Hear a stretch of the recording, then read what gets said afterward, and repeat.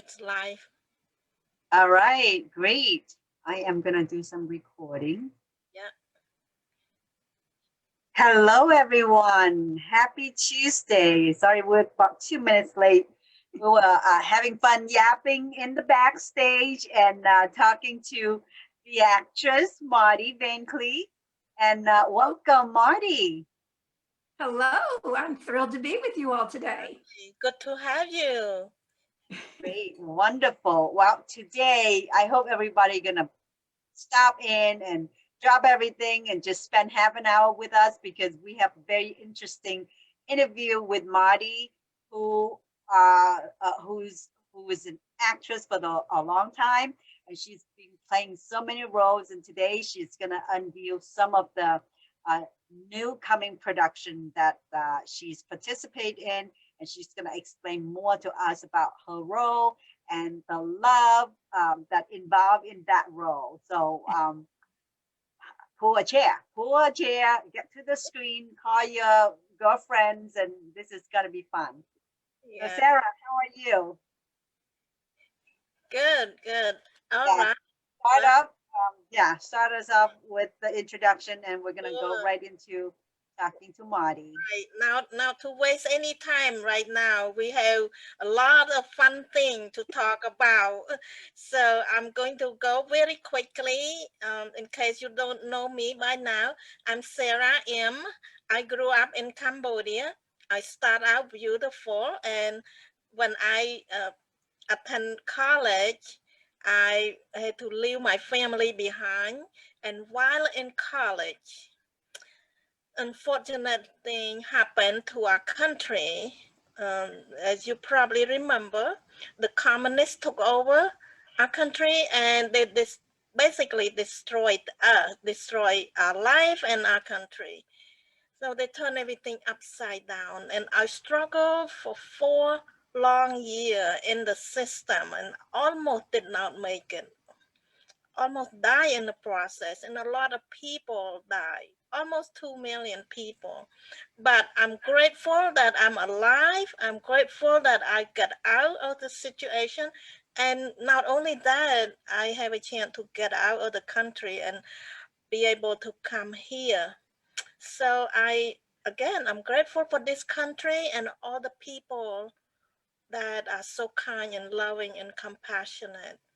And I wrote my story in the book. It's called How I Survived the Killing Fields. It's my story and it's available on my website, sarahim.com. And currently I'm going out as an inspirational speaker sharing my story and encouragement. So if you ever need an inspirational speaker to inspire your audience, just reach out to us, either to myself or to Lee. We both can help you with that. So that's all I want to say today. Well, thank you, Sarah. Thank you. Um, Hello, everyone. It's my pleasure to be here and talk quickly about myself. I'm also a former refugee, came from Vietnam, and through many trials and tribulations that to get to here to this stage. But the conversation we have every day, every week, 3 times a week now, it's about a thriving conversation. And our February theme is about love and my love for this country, my love for humanity, my love for President Carter, who actually was the one who doubled the refugee that he's allowed to come to United States. And my family was that lucky wave that we get to the end of 1979 and we were able to be here in 1980. So I love presidents that who has humanity heart, that who also embrace other people who've been through oppressions and they have to run away from their country. And today, and also I have a story to share. I have a book and I have a website. You can check me out at leetran.com if you would like to know more about my story.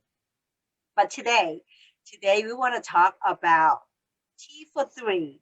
That is the title of Unboxed Production from I think I'm gonna let I'm going to let Marty give you a bigger spiel about what is Unboxed production. But today, Marty is the actress who played Betty Ford, which is the first president. Oh my God, President Ford's wife that who has tea with other first lady presidents. Okay, I'm getting stumbled here. I am just like not. I don't. It's confusing, but I am not say it making for you. sense. But anyway, I think I better yield the space and give the microphone to Marty and let Marty introduce who she is and who she's representing the voice today to tell us about the story that's going to happen within the next 2 weeks on live virtual theater production. Welcome, Marty. I'm thrilled to be here. This has been kind of a strange circle relationship that I am involved in this, but I'll kind of try to explain the cyclical part of it and exactly what Tea for Three is all about. Yeah. And we have 3 right now, but we're not talking about us. So years ago, I was looking for a play to do, a one-woman play. And I had found several, and I ended up choosing a show called Tea for Three, which is a delightful script about 3 first ladies. And it starts with Lady Bird Johnson, and she is getting ready to have tea for the next incoming lady. She's getting ready to move out of the White House. And so the next incoming first lady is Pat Nixon. And so, so then the next act of the play is with Pat Nixon, and she's getting ready to have tea for Betty Ford after she knows that her husband is resigning. And so, and then the final act of the play is Betty Ford, who is getting ready to have tea with Rosalind Carter. And so that's sort of the premise of the play, 3 first ladies. Well, when I was Actually, doing it's the 4, play, right? Actually, it's no, 4. Right. No, she's getting ready for tea. Betty Ford is getting ready for tea for Rosalind Carter, but Rosalind Carter never showed up. Yeah. Oh, okay. So We don't see her. So it's just the 3. Well, I was so fortunate that the author, Elaine Bromka, she also wrote it with Eric Weinberger, but Elaine reached out to me when I was doing this show with another production company. And so, of course, I answered her back. And so we sort of had this wonderful conversation back and forth and became such great friends and still are and talk frequently. And we have our own little club, though, because we're the only 2 who have done all of the roles. We do all of the roles. But this time, she actually forwarded me an email about an audition for Tea for Three with Unboxed Productions. And Kim, who is the producer of Unboxed Productions, has a play called Unboxing in Biloxi. And I believe that's where the name of Unboxed Productions comes from. But when the coronavirus hit and all the theaters were shut down, she was brilliant and thought that she would produce plays virtually. Now, these are not plays that are filmed and then shown, and you can get a link to the show. This is actually, we're doing it live. So we have all the kind of strange, fun things that can happen with live theater. Unfortunately, we won't hear the laughter, but we're going to depend on the audience to enjoy it with laughter. But the interesting and fun thing about this being on your show in this February, when your main interest is things that have to do with love, is that these first ladies had such a deep love for their husbands, a deep love for their country, and a deep love for the citizens of the country. And the things that they did in office, these women were really exceptional. And I love it that Elaine Bromka picked these 3 women, because if you're going to pick 3 women in succession, these 3 are amazing, and their accomplishments and their hopes and dreams were just groundbreaking, really. And I do want to talk about that a little later. But so Unboxed Productions, so Elaine sent me an audition for Unboxed Productions. And so I auditioned.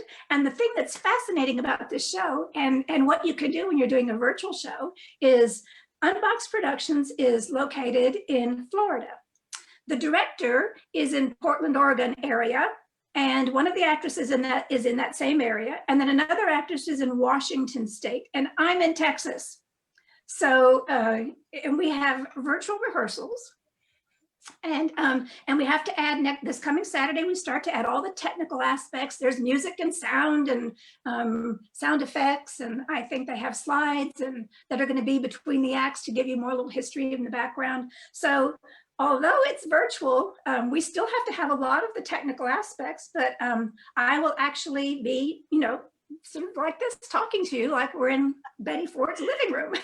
Or actually, now I'm not in costume, obviously, but I will be in costume, as will the other actresses, as we do these actual impersonations of these folks. Well, So, if I may, I would love to remind our audience, we had Kim up here, I think maybe before the new year. And Kim was here talking about the Unboxed Productions and talking about her story, and then also the love of theater that get her to move on, because she has so many tragic things that kind of happened in the past couple of years. And this is where she channeled her love to. And I was able to witness and be at the production while you guys were playing, and I was actually watching every single move. And I have to be honest, I told Kim, I didn't think it's gonna hook me for the whole entire show, but I was sitting here eating my dinner and glued to the computer screen for the whole entire show. So it is wonderful. very addicting, and it's a very new experience. Like you're watching a theater in the theater, right? Or you watch a show on the movie screen or the TV screen. But this is different. This is like we're zooming individual components from different part of the country and synchronize it together and handing things to each other. I was like, you pour me a cup of tea and I just take it. And it was so flawless. And I was amazing that how you guys can pull that together to be a theater live on Zoom. And that was It's just a fascinating experience for those of us who, well, it's a first for me. So the director, Aaron Morrow, was said to me, well, you've already played this. I don't want you to be bored. And I said, oh, this is a whole new medium. I've got so much to learn. I won't be bored, believe me. Right. And we have two Catherines doing the show. One is Catherine Silloway. She's in Portland, or in that area anyway. And then another Kathleen Morrow, not related to our director, is the one up in Washington, D.C. And they're doing a fabulous job. But I said I have the advantage because I've already done this. So I didn't have quite the work that they had, because these are long 20-minute monologues for each of these. And I saw snippets of it when the Unboxed production has a fundraiser, I think a couple weeks ago. And I was able to see how Marty pulled her talents out, a snippet of it, but I was like amazed. I'm just like, I really want to be there to see the production, which is, when is it? February 19, 20, and 21st? Is that? Yeah. Yes, and if you go to Unboxed Productions Facebook page, I think that they have a link, or their website. You can get a link right to buy tickets, and they're selling ticket now already, right? They are selling tickets now. Yes. So what time of the day is the show? I hope I'm going to be right. I'm thinking in terms of Central Time, and I think for me it's at 6 o'clock on the 19th. And then I'm not sure on the matinee, but if they go to the website to buy tickets, they'll have the time there. Right. Yeah. Make sure you check out, because this is time zone. I think they probably set a time zone in Eastern Standard Time. But if you are anywhere in the country, you make sure that you set it to your time zone so you don't miss the show. Exactly. I almost did that for the fundraiser. I was thinking the fundraiser was at 6 o'clock, and I'm just pooping around, and all of a sudden I went, oh my gosh, that's Eastern time. I'm glad I wasn't the first one to be on the show. Yeah, it could be very confusing. But so we'll talk a little bit about the role of the First Lady. So you're playing three roles, three First Lady in that show, or you're gonna have three First Lady to play in that show for the Unboxed? Yes, for unboxed productions, and this is how it's most frequently done. 3 different actresses will play each of the parts. And and it's interesting. I'm a Texan, well, been here for most of my life now. And even though Lady Bird was a Texan, she wasn't the one I identified most with. I found, and I told Elaine Bronco, the author, I said, you know, I somehow connected with Betty Ford the most. I found Pat Nixon very difficult, and I loved playing Lady Bird because I sort of keyed into her accent, and so I really enjoyed her, and I could associate. And we talked about, as a matter of fact, some lines that with Lady Bird that play funnier in Texas because we know her than they play elsewhere. And do you find it because her personal story intrigued with you more, or just the accent and just the you know, the way she talked? Is it more on the story too? I think I identified with Betty Ford so much. Well, first of all, she was a dancer. A lot of people don't even realize that she danced with Martha Graham in not their main company, but their second company, her second company. And she has an artistic background, and there was a vulnerability about her that and an honesty. That's the thing that's the most interesting. And one of her biggest gifts to us was that she told it like it was. And when she got breast cancer, she opened it to the world. And that was the first time that people spoke out openly about breast cancer, about anything like that. And she was so open about it. She told women, and she went out and spoke about it, and she told women to get tested. And she saved thousands of lives by telling people to get tested. She was very pro Equal Rights Amendment for women. She couldn't understand why working women wouldn't get paid the same as working man. She spoke out about disabled children. She spoke out about the arts. And I think the thing that's most fascinating is after she left the White House, she doesn't know what she's going to do with her life at that point. But we as an audience know she went on to open the Betty Ford Clinic. And what she gave back to, I don't even know how many people who have gone through the Betty Ford Clinic, what she gave back to them. She had an additional 25 years of activity, raising the money and building the Betty Ford Clinic after she left the White House. And she got a Congressional Medal of Honor. She got the Presidential Medal of Freedom. So she didn't just finish contributing when she left the White House. She went on to do ever so much more and opened it up to us by telling us she had a drug and alcohol problem. And she made it public. She went totally public when she went into, her family did an intervention on her. And after she left the White House, and they realized that she was starting to slur her speech. She had fallen, she broke a tooth. And the family finally came in and said, you know, you need to get something done. So she went into rehab, and she let the story out and was honest about it. Yeah, I think sometimes, you know, you find connection more with the person if they are truthful about themselves and be willing to be vulnerable in front, instead of putting up a strong front or a fake front. But I find that for being a first lady is like really difficult for that position, because they didn't really sign up for. They didn't volunteer for. They just do it because they love their husbands and they want to be it was supportive. the most difficult job you never get paid for. And sometime, I think even after that or before that, you have to keep putting up a great motto, because you're the first lady. You got to set a good motto. And I have to honestly say that I really don't know a whole lot of the president before I came to the United States. So when I came to the United States, I know Nancy Reagan, and I know Reagan, and I know, you know, all the president afterward.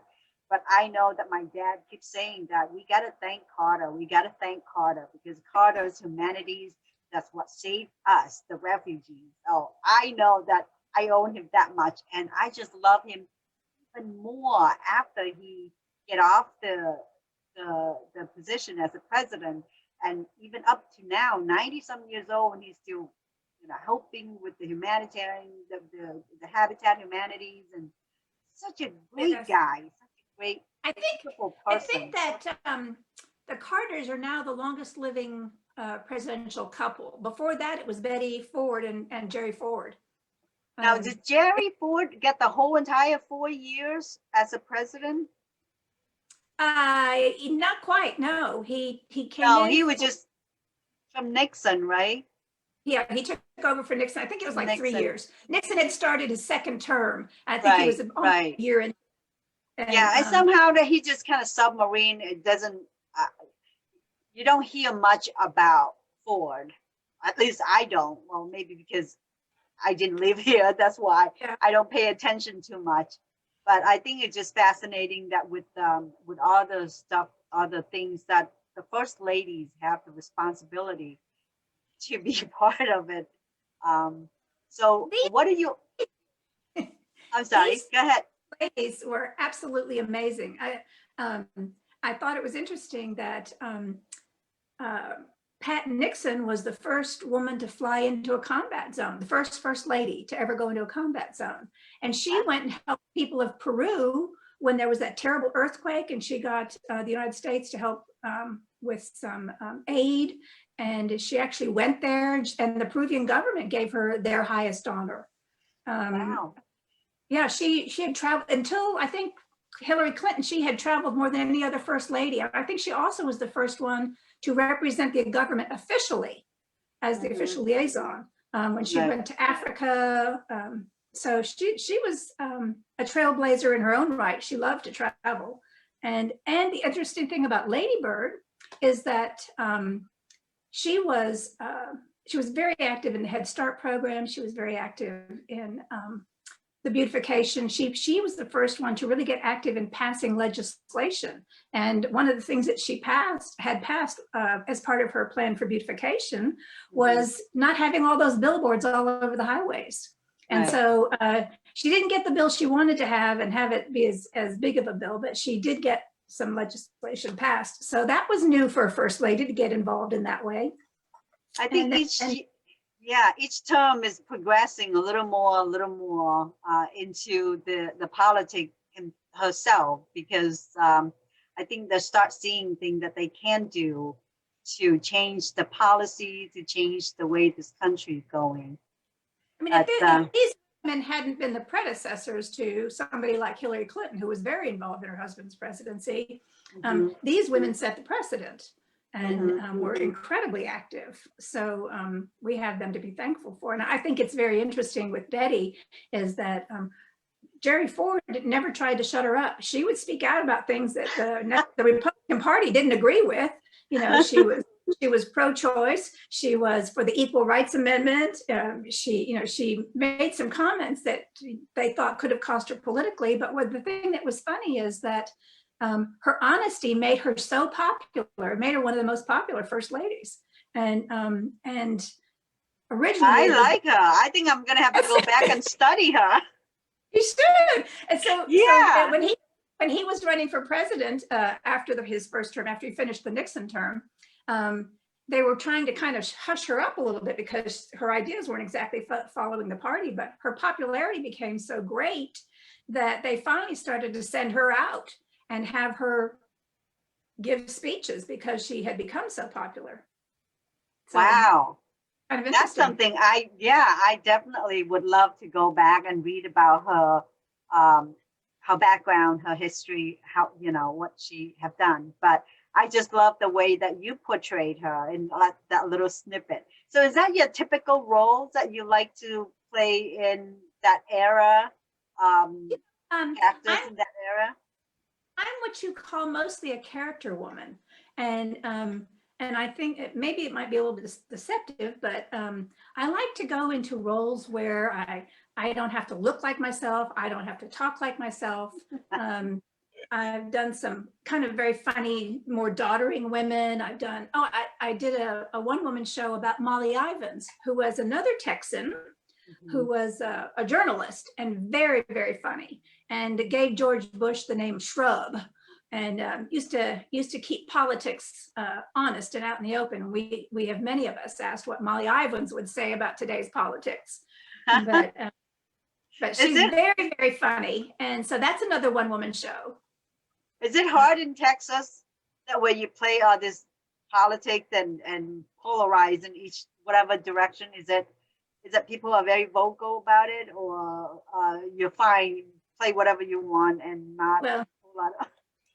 Well, I was a little worried because Texas can be pretty conservative and Molly was pretty liberal. Mhm. And but you know what? I thought it was very interesting because the company I was working with called 130 Productions was an older audience and relatively conservative, but they appreciated the humor. And I think that was one of the things that made Molly Ivan so popular, is that she was so funny. She always Right. thought people would listen better if they laughed. True. But then she, yeah. So, but sometimes they get so involved in the joke that they miss the point. Exactly. So, you know, you could go either way. I, But I, have, definitely, I have a question for you, Marty. Uh-huh. Who chose the play for you to play? Do you choose yourself or the producer?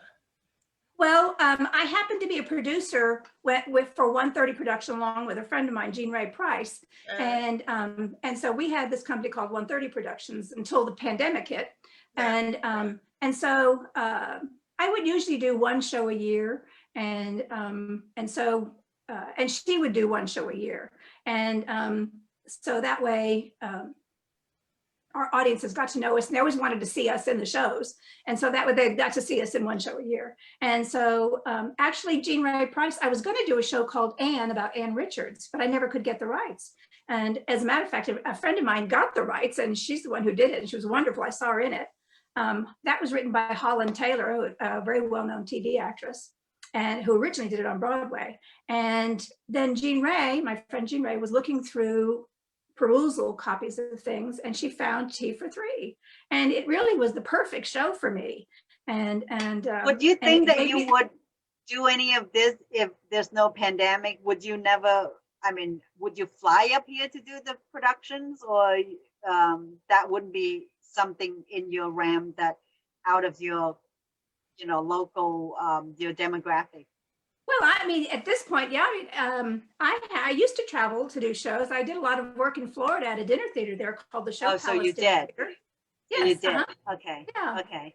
Sure, if somebody wanted to have me come do a show. Absolutely, right? Yeah, just not right now. Not flying right now, but after the pandemic. I know. So so you've been in theater for how long now? Oh my gosh, straight out of college, I went to summer stock and spent 4 years there, and then moved to Dallas, and I started doing some commercial work, some commercial and television. And then I ended up continuing working at the place I had gone to summer stock called the Granbury Opera House, and ended up years later managing that company. And we would have interns come from all over the world, and all over the country, not the world, all over the country, and spend the summer with us. But we were a year-round company. And then I left there and went to Florida for a couple of years and did dinner theater. And then I took a job here in Dallas at one of our cultural centers. And that's where I developed 130 Productions. And it was a senior matinee series. So it was really catered for shows, catered to seniors. And so there were shows that dealt with a certain period of time or with certain problems that we might face at this point in our lives. You know, late life marriages. Have you ever desired to be on or off Broadways or in New York, or do you ever even think about that in the past? Like be part of everybody's dream. You know, it's really interesting. I knew pretty early on that I didn't think that I had the fortitude to live in New York. And it's funny because that's where my mother's from. My mother's from Brooklyn, New York, and I had relatives up there.